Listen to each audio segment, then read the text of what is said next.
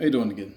It's been a while since I've made a video, almost a year I think, and I want to get back on some subjects that have intrigued me over the past year. Um, the subject matter of this discussion is liberty without morality is depravity or degeneracy. And the reason I'm bringing this up is because I've noticed a lot of that, what I would consider degeneracy or depravity happening on a grand scale across our country, potentially the world. That I've been everywhere in the world, but just watching the news, watching media, and seeing how people respond, react to things, particularly after the attempted assassination of the president, where people were celebrating, calling it a hoax, it's or lamenting on the fact that they missed. Social media, infidelity, backstabbing, people hurting each other for clicks, for views, or just out of pure nastiness. It seems that we've lost our way in for so many reasons, and I don't know how to really quantify that. Well, no, I guess in some ways I can, and I think we all can. But I think it's particularly important to put it into perspectives, which is why I made this topic. What is liberty, and what is morality, and what is, depravity or degeneracy. These things they're nuanced, but there's truth in that, and I don't believe in subjective truth. To me, that's just opinion and a conjecture at that point, and that's fine. And we all have them, and I'm not, I don't suppose that I have the absolute truth of anything. I personally believe that is in the Bible, and I think that is a great place to start and finish in all matters pertaining to life, love, and morality. So I recommend that all men and women read the book of Proverbs. I think it's a book on morality. I think it's a book on wisdom, how to conduct oneself, what is moral, what is just, what is right, what is righteous. Men for what a man should be. It gives you that insight, that wisdom, that purpose. I remember saying recently, do you serve a purpose or do you purposely serve? Now, I heard that from Corey Taylor in Slipknot in a poem he wrote on his Stone Sour album, and I contemplated that statement over the years. And I found that you can't have one answer without another answer, and I think that both of them have to be true. You have to serve a purpose and to purposely serve it. If you're only doing the one and not the other, you're failing. You're failing yourself. You're failing your purpose. You're failing your drive, your discipline, your motivation, and your morality. So, when I say liberty without morality is degeneracy and depravity, it's a sickness that occurs when a culture or civilization has lost its way. And a lot of people will say things like there's no God or there's nothing. Okay, fine. We don't have to have the religious debate on that. Okay. We can talk about the cultural aspects of it. We can talk about the faith, the ideals, the ideology, the socioeconomic. We can talk about the governmental aspects of it, or the society, the laws that govern it, and I think all of those play a key and important component in whatever order that you'd like to place them in. That you have them in the first place is the most important thing, and I think that a lot of people have them, but they don't know what they are.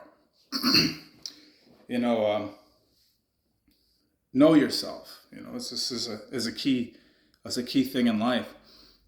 Uh, I wonder how many of us actually get to know ourselves. And I say that learning about myself and trying to get to know who I am. I got divorced over the past couple of months, and over the last year I was going through that. And I never actually got to know myself for a couple of years. I One of the few things my dad said that actually resonated with me was, "Who are you? What does your life look like? What do you want your life to look like? What is everything going to look like? But who are you?"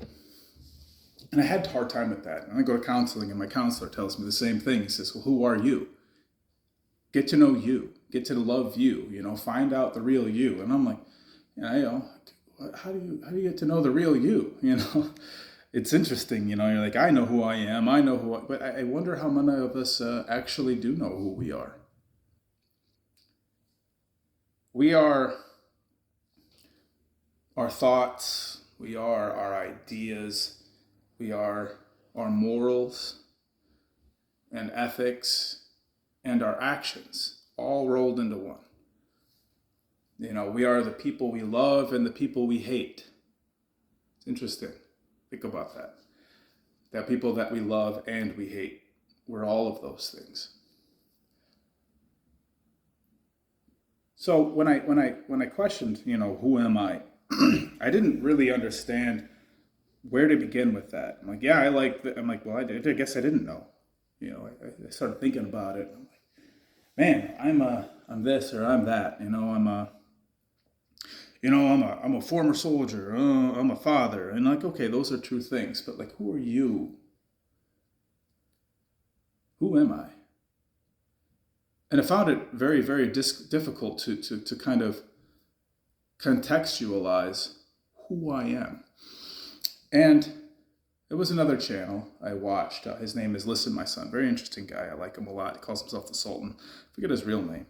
I credit him for a lot of my recovery, to the path to recovery for me in a lot of ways. But it was interesting. He says, have you ever written No, wait. He says, get to doing the things that you love. Get to doing the things that you love. And create new habits. Do new things to see if they're the things that you are, or that you want to be. And that was something that I started doing. I'm like, okay, well, I like working out, so I work out. I like fighting and training, so I started fighting and training. I like shooting, so I went shooting. I like hikes, so I started hiking. I like playing video games, so I play video games, I like learning, so I started learning a lot more. And in this process of recovery for depression and all these different things that I was going through, trying to rebuild myself and rebuild my life, I'm blessed in that. But I didn't know exactly what to do. So I checked into a mental hospital for like a week. And one of the books that I read was The 7 Healthy Habits, or The 7 Habits of Highly Successful People. And there was something that was in that book particularly that struck me. It was as write a constitution. And I was like, okay, well, it's a constitution. It's a way of governance. It's literally a governance of ethics and laws pertaining to you. So I'm tying this in, and I'm saying a lot of things, because when I say liberty without morality is depravity, we see that. We're seeing people who don't really know themselves, or they attach themselves to some idea or some feeling. Usually it's a feeling and an emotion that they're attached to, whether it be rage or lust or something of that nature, and they just act out. They act out with no governance within that. It's very, very Aleister Crowley, satanic, do what thou wilt. And then they goes to say, except do no harm unto others. Well, actions have consequences, period. It's cause and effect. It's not a matter of don't do no harm to others. Well, actions have consequences. You could do one thing and not intend to hurt somebody else, or you do something one time. Say you drink and drive, right? Well, if you're drinking and driving, you're not hurting anybody else, right? In and of itself, it's not hurting anybody, right? Getting drunk and driving down the road doesn't hurt anybody. The first time, the second time, the third time, until it becomes a habit and you're like, you know what, I'm comfortable, I'm good. And then bang, you hit somebody and you kill a bunch of people or whatever. You did no harm unto others. You know, well, how was me drinking and driving? And people will say, may say, oh, well, that's obvious. That's obvious that would be the case. So it's not obvious to those people, which is what I mean by actions have consequences. That to them, the consequences getting caught, is more real than the possibility of hurting, maiming, or killing somebody. It's self-service, It's like, well, I don't want to get arrested and go to jail or pay a fine. I'm not hurting anybody else by living my life. Well, that's the thing is you do. You do. In this feel-good world, we cater to people's emotions, which is really, really stupid and foolhardy in all honesty, because emotions can lie to you. And they absolutely do. Say you're out and about, right?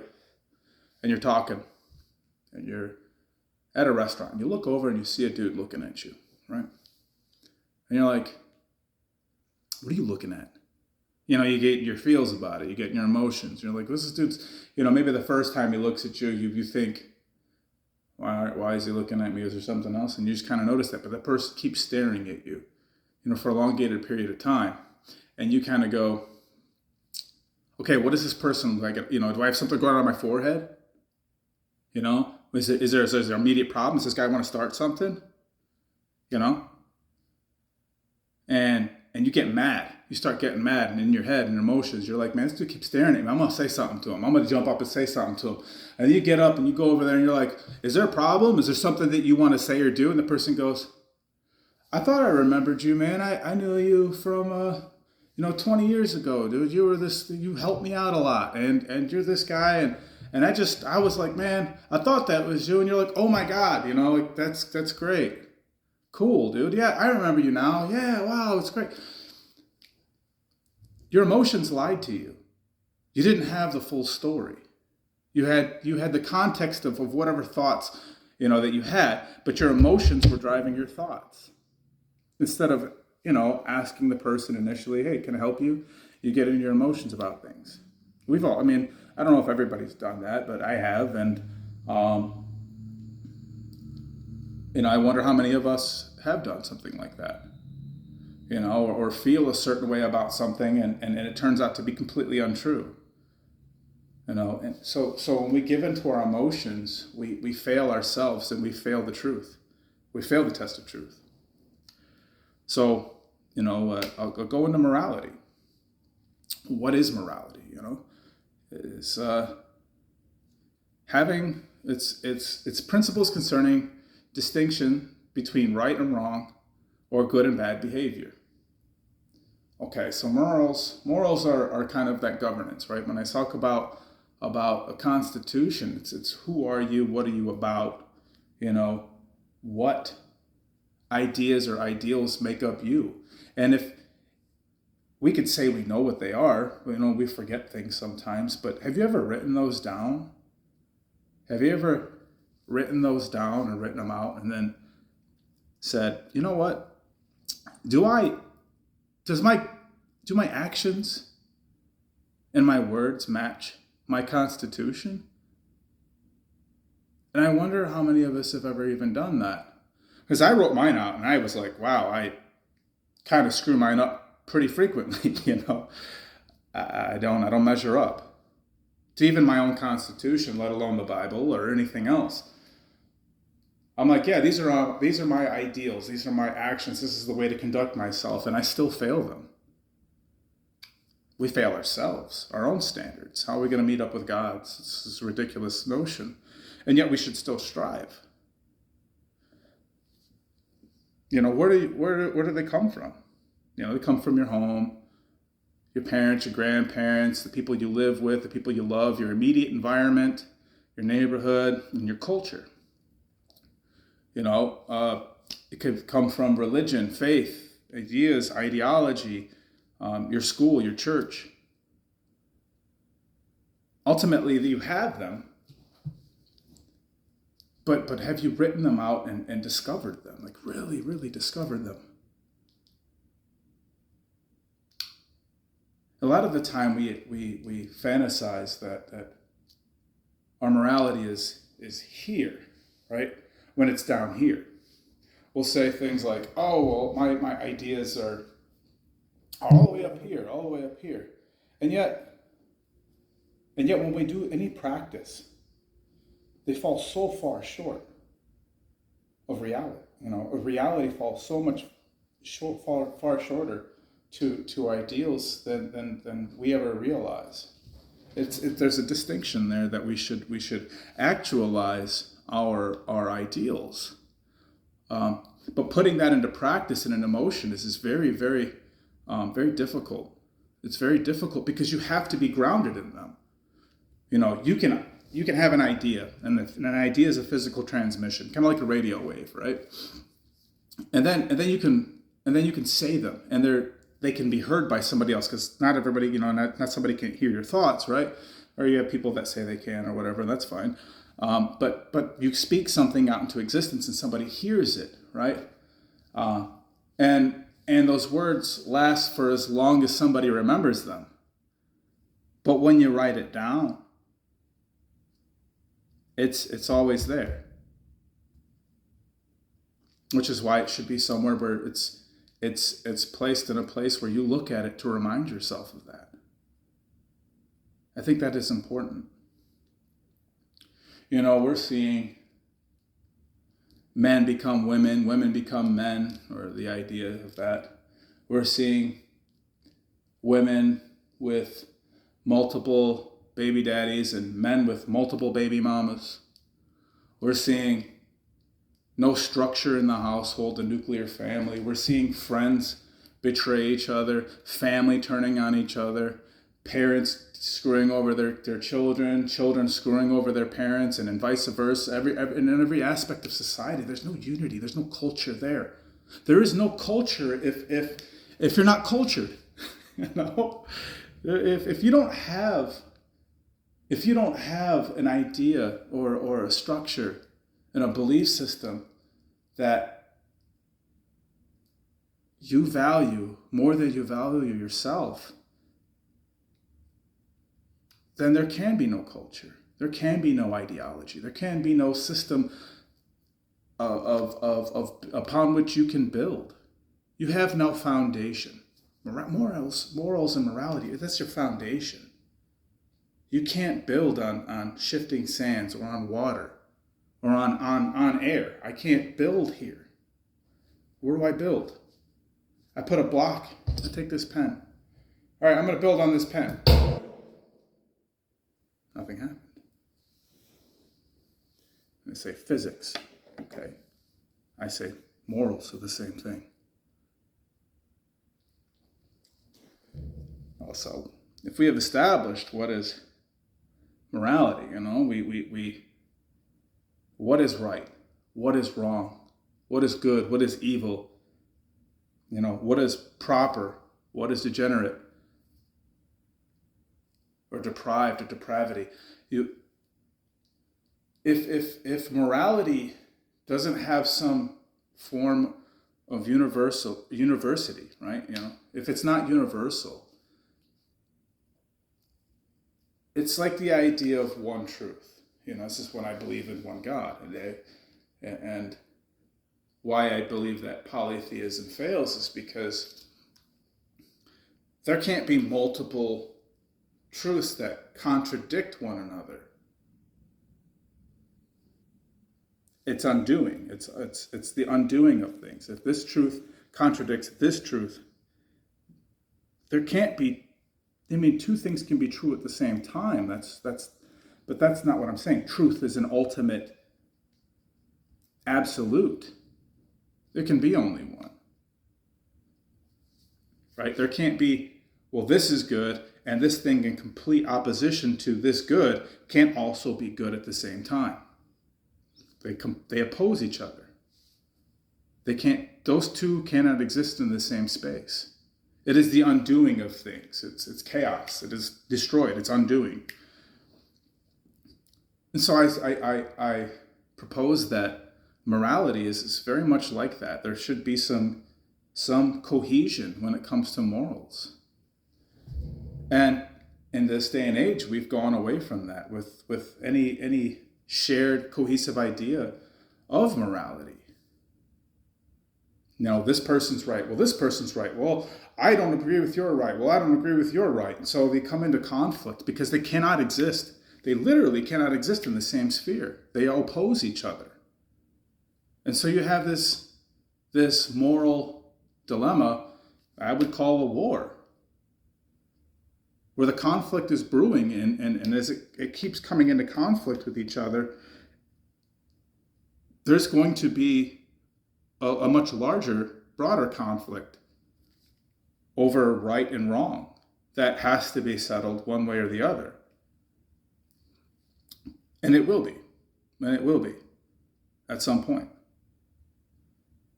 And we're hoping at some point you can stave that off. That's why wars even exist. I mean, you could say that it's resource-based or things like that. Well, eventually, inevitably, someone's like, well, me having more is more right than you having more. I have the right of it, or you have the right of it. That's where wars start from. And we're doing it from within. There has to be some more universal morality for a society to exist. If my ideology completely conflicts with your ideology and you're my neighbor, right? And everybody's got their own, we don't even talk. Think about that for a second. We don't even talk to our neighbors anymore. That should show you how far we've fallen. Once upon a time, I remember block parties in the 90s in the city. We used to have block parties. We used to have carnivals and talk to our neighbors. Now, we didn't always like them, but we all got together anyway and celebrated that we were in the neighborhood and we're in America. We love each other and we'll protect each other. We had that commonality. And now you don't know your neighbors. How many of your neighbors do you know? I mean, some people will say, I know all my neighbors. Okay. Some people will say, I don't know any of my neighbors. I've never talked to them. I guess it depends on where you live and in your social skills and how you talk to people. But I mean, really get to know them. If you hung out with them, if you had a thing where you all got out and you go onto the porch and you go in the backyard and you have a barbecue and you share ideas and talk and bond. I think we're losing more and more of that on a daily basis. We've replaced that with social media, which is fake friends, fake people, fake emojis, and all these things. There's no emotion tied to that because there's no emotional actual investment in there. Take click, click, click, click, click, click, click, type. Good. All right. Hey, that was me showing you mental support, and sending thoughts, good thoughts your way. What the fuck does that do? Like, I sent a good thought because I texted this out. That means I love you and I care about you. Doesn't make any sense. What is degeneracy? It says, having lost the physical, mental, or moral qualities considered normal and desirable, showing evidence of decline. That reminds you of something? Society isn't great. It's fallen apart. Cohesion is falling apart. We're collapsing on ourselves. Another definition, it says, lacking some property, order, or distinctness of structure, previously or usually present. Previously present, meaning that communities used to have communion with one another. They used to talk. They used to be. Everybody knew everybody. We've outgrown that. We've evolved about it. We're devolving right before our very eyes. If we don't have some form of unity based on morals, there can be no unity. There's no glue. If I can agree on morals and you can agree on morals, we can build a relationship on that. You know, the greater the tie, the morals, the more important they are to one another, the more tightly knit we can be. You know, there's you know, as thick as thieves is kind of the statement, right? And there's no honor among thieves, is what they say, right? Because they're immoral. You know, their ends justify the means. The Bible talks about how a thief and a murderer are one and the same. And that's true. There's no honor among thieves. They all get into the same thing together. They all do it. And then somebody dimes the other guy out immediately if he gets caught. Or he screws the other guy over to get his part too. You know, that drug addicts, you know, they're like, oh man, we're all friends, you know, we're all smoking crack. And then all of a sudden, you know, he's stealing his shit. You know, or you get clean. You know, how many people are like, hey, you know, my friends were really tight with me until I got clean, and then they didn't want anything to do with me anymore. But you didn't want anything to do with them either. Your morals changed. You gave up that life and you wanted better. If you wanted better for yourself, and even if you love that person, you're like, man, I want you to get out of that too. They're like, I love this drug. I don't love you. I don't want anything to do with you. You left me. You're like, I left the drug. Well, I am with the drug. There's no moral in that. I mean, there's some, I guess.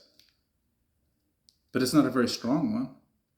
The stronger your morals, the tighter the bond can be with your brother or sister, your neighbor.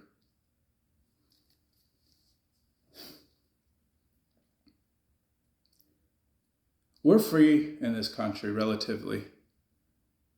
And with all the freedom that we have, we've devolved into this: do whatever you want, live how you want. You can't judge me, even though everybody judges everybody. The whole, you can't judge me, don't judge me. Everybody judges everybody. All the time. All of it. All of the time. Don't be a hater. Meanwhile, you're looking at that person on the street, like, man, you're a fat fuck. You know? Or that girl just thinks she's so pretty, don't she? She got her head. Oh, that guy drives that fancy car, man. He shouldn't be doing.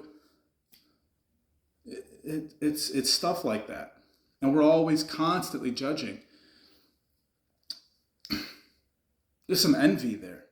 There's some envy there. It's sad, but it's true. And there's loose morals. Stop trying to please other people's emotions. Yeah, you want to be supportive. Yeah, you want to. People are going to be emotional. In this day and age, that's what it's catered to. And they'll lie to you. I could tell you, how you doing? Good morning. Hey man, I think what you're doing is not healthy. And don't judge me. They get emotional. You're like, I'm doing this out of love. Don't judge me. I think what you're doing is not going to help you. It's going to hurt you in the end. I don't care. You trying to tell me how to live my life?